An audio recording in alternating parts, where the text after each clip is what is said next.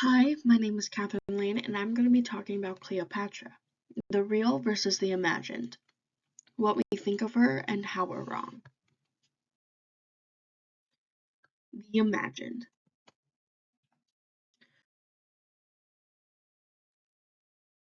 We often think of Cleopatra and we think of these superficial descriptor words like beautiful or cunning or elegant, that she was even a femme fatale and a seductress, someone who lured men to their doom.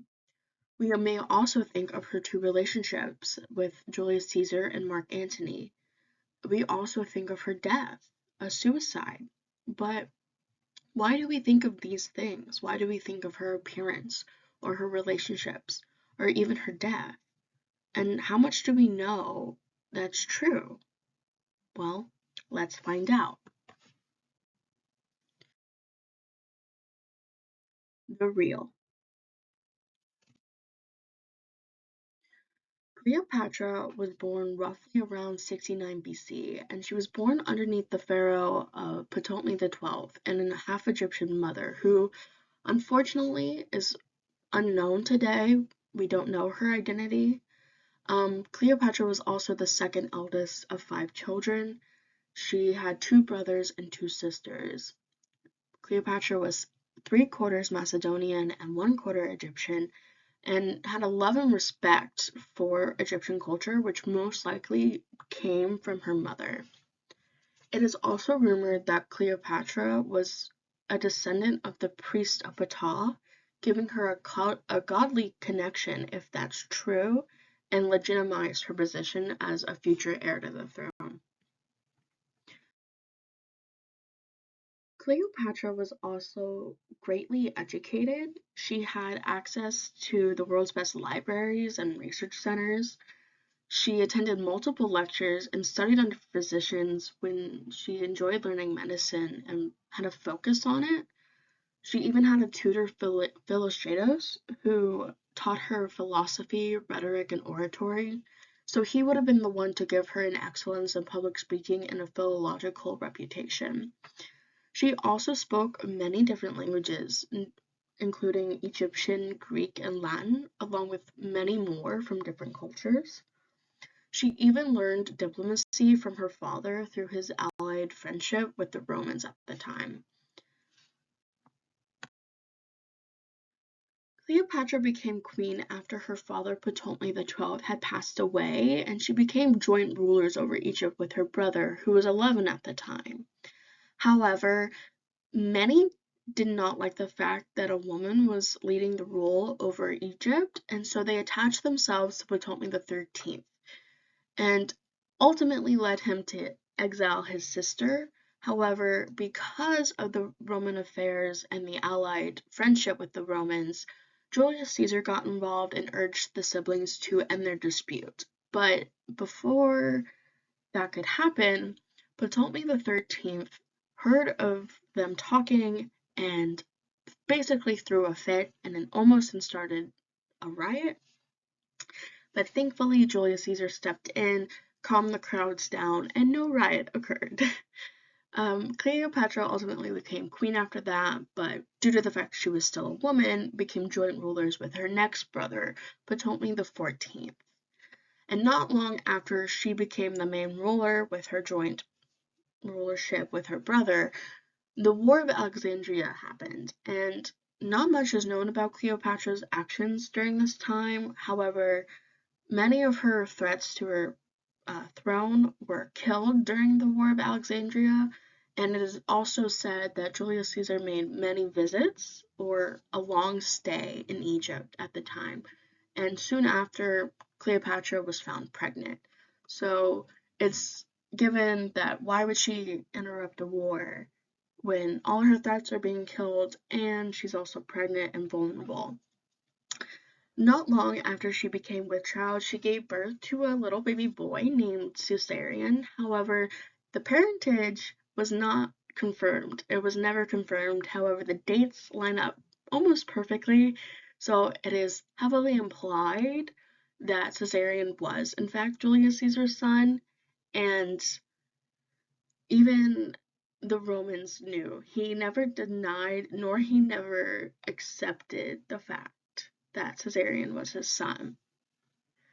But despite this, Cleopatra became more focused on her kingdom and expanding and making it more stable to get rid of her father's debts and the threats that imposed on her as queen.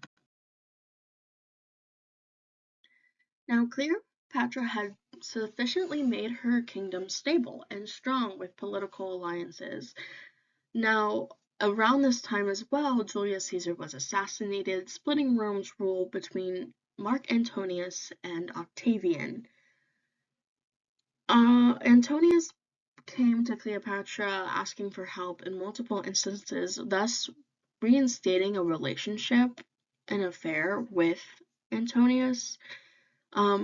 So Antonius helped Cleopatra basically expand her territories because she was an allied monarch. Cleopatra soon was with child and had twins this time named Alexander Helios and Cleopatra Selene, a baby boy and a baby girl.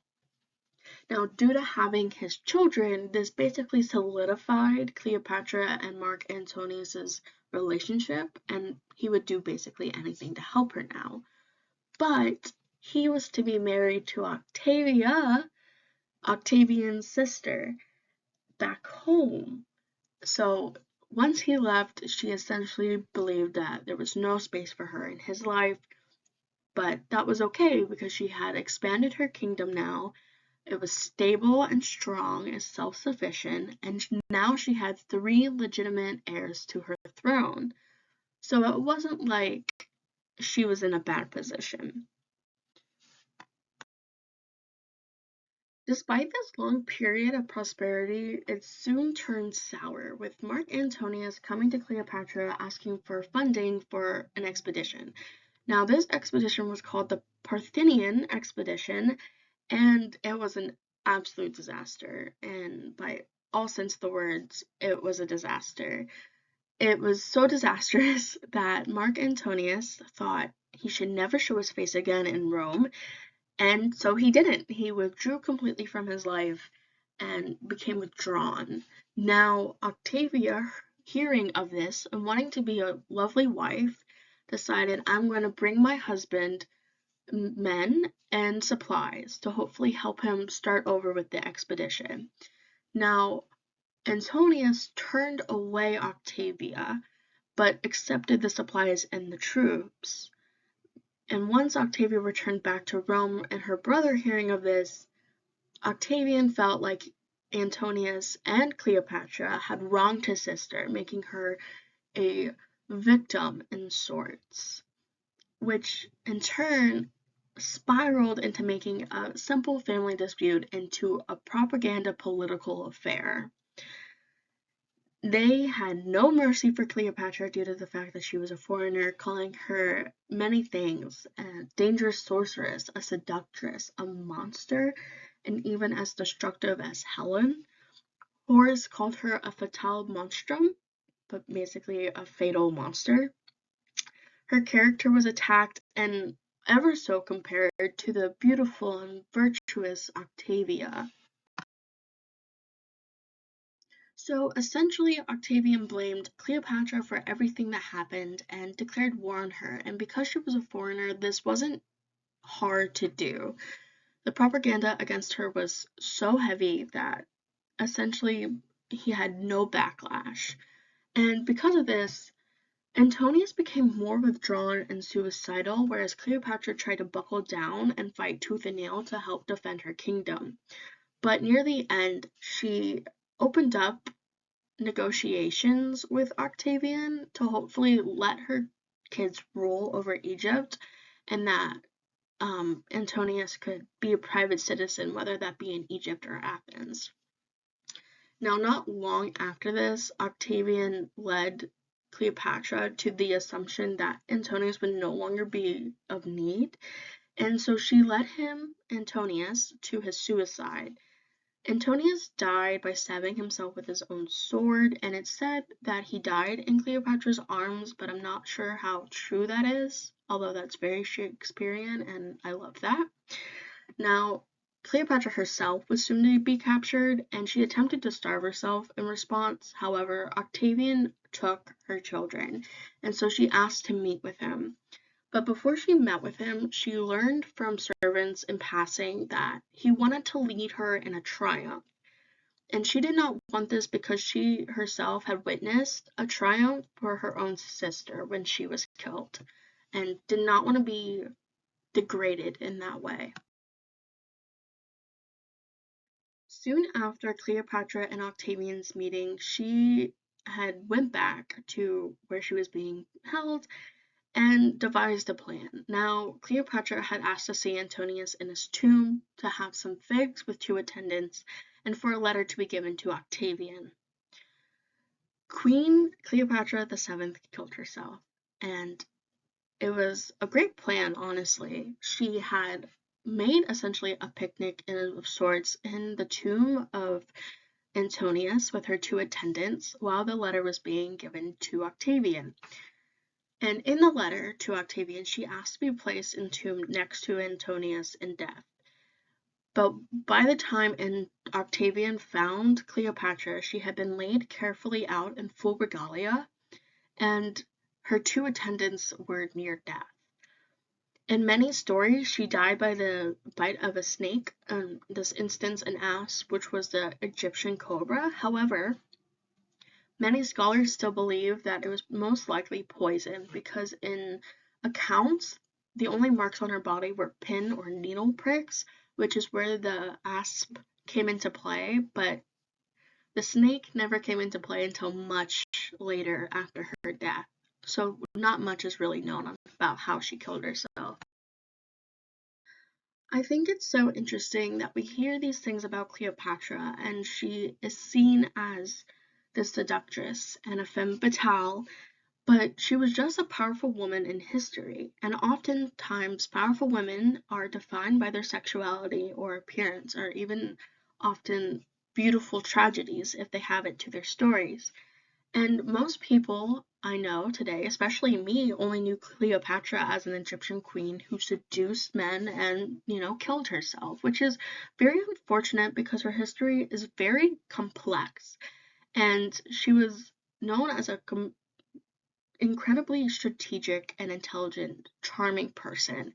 And I think it's so sad that many of her own writings, including the cosmetics, was lost or altered in a way, and it's just so sad because her mythology has been so tightly tangled with her facts that it's nearly impossible to separate the two. And the most of the things that we remember about her are part of the propaganda that the Romans spread in the end, and it's an incredible loss of history. And that's it for my presentation on Cleopatra. Thank you so much for everything. I hope you enjoyed.